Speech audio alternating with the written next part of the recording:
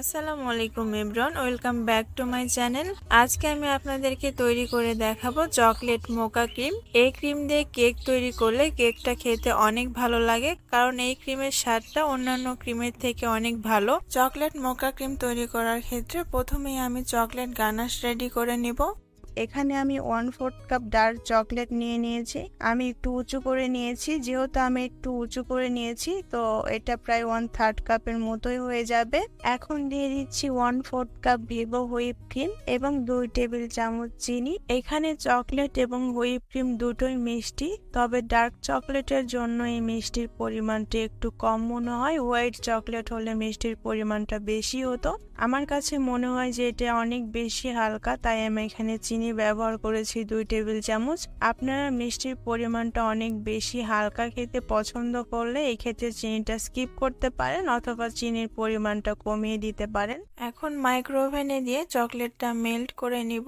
যদি micro oven না থাকে সেই ক্ষেত্রে চুলায় ডাবল বয়লার প্রসেসেও চকলেটটা মেল্ট করে নিতে পারেন। চকলেটটা মেল্ট করে নেওয়ার পর একটা চামচের সাহায্যে নেড়ে চেড়ে মিশিয়ে নিচ্ছি। এরপর যে চকলেটটা খুবই গরম, খুব ভালোভাবে মিশিয়ে নিয়ে এখন এটা এক পাশে রেখে দিব। যখন চকলেটটা ঠান্ডা হয়ে যাবে তখন আমরা এটা ব্যবহার করব। আর চকলেটটা এখন পাতলা দেখালেও ঠান্ডা হয়ে যাওয়ার পর এটা আরেকটু ঘন হয়ে যাবে। ক্রিম তৈরি করার আগে বাটি এবং বিটারের কাটা ডিপ ফ্রিজে 2 ঘন্টার জন্য রেখে খুব ভালোভাবে ঠান্ডা করে নিয়েছি। এখন বিটারের কাটাটা সরিয়ে নিচ্ছি এবং দিয়ে দিচ্ছি মেজারমেন্ট কাপের 1.5 কাপ ট্রপিক্যাল হুইপ ক্রিম। এখানে ট্রপিক্যাল হুইপ ক্রিমের পরিবর্তে অন্য যে কোনো ব্র্যান্ডের হুইপ ক্রিম ব্যবহার করা যাবে। এখন বিটারের স্পিড লোয়ে রেখে ক্রিমটাকে বিট করতে থাকবো একটু স্টিফ হয়ে না আসা পর্যন্ত। যারা কেক বেকিং এ একদমই নতুন এবং ক্রিম স্টিফ করতে পারছেন না, যার ফলে ডেকোরেশনটাও সুন্দর হচ্ছে না, তারা যদি চকলেট মোকা ক্রিম দিয়ে কেক ডেকোরেশন করেন দেখবেন খুব সুন্দরভাবে কেক ডেকোরেশন করতে পারবেন। কারণ চকলেট মোকা ক্রিমে চকলেট ব্যবহার করার কারণে ক্রিমটা খুব দ্রুত স্টিফ হয়ে যায় এবং ক্রিমটা স্টিফ হওয়ার কারণে সুন্দরভাবে কেক ডেকোরেশন করা যায়। ফ্লাওয়ার তৈরি করতে কোনো রকম সমস্যা হয় না।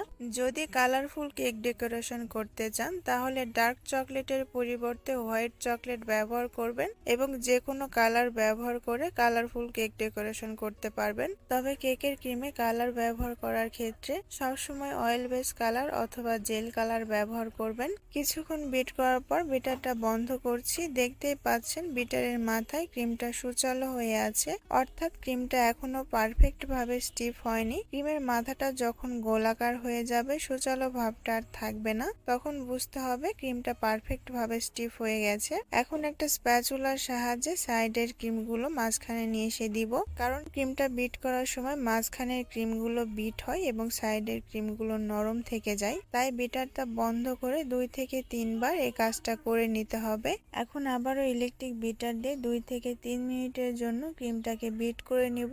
আর এই সময়ের মাঝে ক্রিমটা পারফেক্ট ভাবে স্টিফ হয়ে যাবে। আর সেটা বোঝার উপায় হচ্ছে বিটারের মাথায় ক্রিমটা একদম গোল হয়ে আছে, আগের মতো সুচালো ভাবটা আর নেই। এখন আগে থেকে যে চকলেট গানাশটা আমরা রেডি করে রেখেছিলাম সেটা পরিমাণ মতো দিয়ে দিব। ক্রিমের চকলেট গানাশ গরম থাকা অবস্থায় ব্যবহার করা যাবে না, তাহলে ক্রিমটা গলে যাবে। আবার যদি চকলেট গানাশটা খুব বেশি ঠান্ডা হয়ে শক্ত হয়ে যায় সেই ক্ষেত্রে চকলেটটা ক্রিমের সাথে ভালোভাবে মিশতে চাইবে না, গুটি গুটি হয়ে থাকবে। তাই চকলেটটা ঠান্ডা হতে হবে এবং জমাট বাঁধার আগে লিকুইড থাকা অবস্থাতে ক্রিমের সঙ্গে মিশাতে হবে। এ পর্যায়ে খুব বেশিক্ষণ সময় নিয়ে বিট করার প্রয়োজন নেই, কারণ ক্রিমটা অলরেডি স্টিফ হয়ে গেছে। ক্রিমটা ওভার বিট করে ফেললে ক্রিমের মধ্যে ছোট ছোট বাবল ক্রিয়েট হবে। তাই শুধুমাত্র চকলেট গানাশটা খুব ভালোভাবে মিশে না যাওয়া পর্যন্ত বিট করে নিতে হবে, তাহলে চকলেট মোকা ক্রিমটা তৈরি হয়ে যাবে। এখন এই ক্রিমটা নর্মাল ফ্রিজে রেখে দিব 20 থেকে 25 মিনিটের জন্য, তাহলে এই ক্রিমটা আরেকটু স্টিফ হয়ে যাবে। ক্রিম তৈরি করার পরপরই কেক ডেকোরেশন শুরু করতে যাবেন না। ক্রিমটা ফ্রিজে রেখে খুব ভালোভাবে সেট করে নিয়ে তারপরে কেক ডেকোরেশনটা করবেন। আজ তাহলে এখানেই বিদায় নিচ্ছি। শীঘ্রই দেখা হবে নতুন কোনো রান্নার রেসিপি নিয়ে। সে পর্যন্ত লাইক, কমেন্ট এন্ড সাবস্ক্রাইব করে রেসিপি বাই আনাবিয়ার সঙ্গেই থাকবেন। নতুন ভিডিওর আপডেট পেতে পাশে থাকা বেল বাটনটি ক্লিক করে রাখবেন। দেখা হবে পরের ভিডিওতে। আল্লাহ হাফেজ।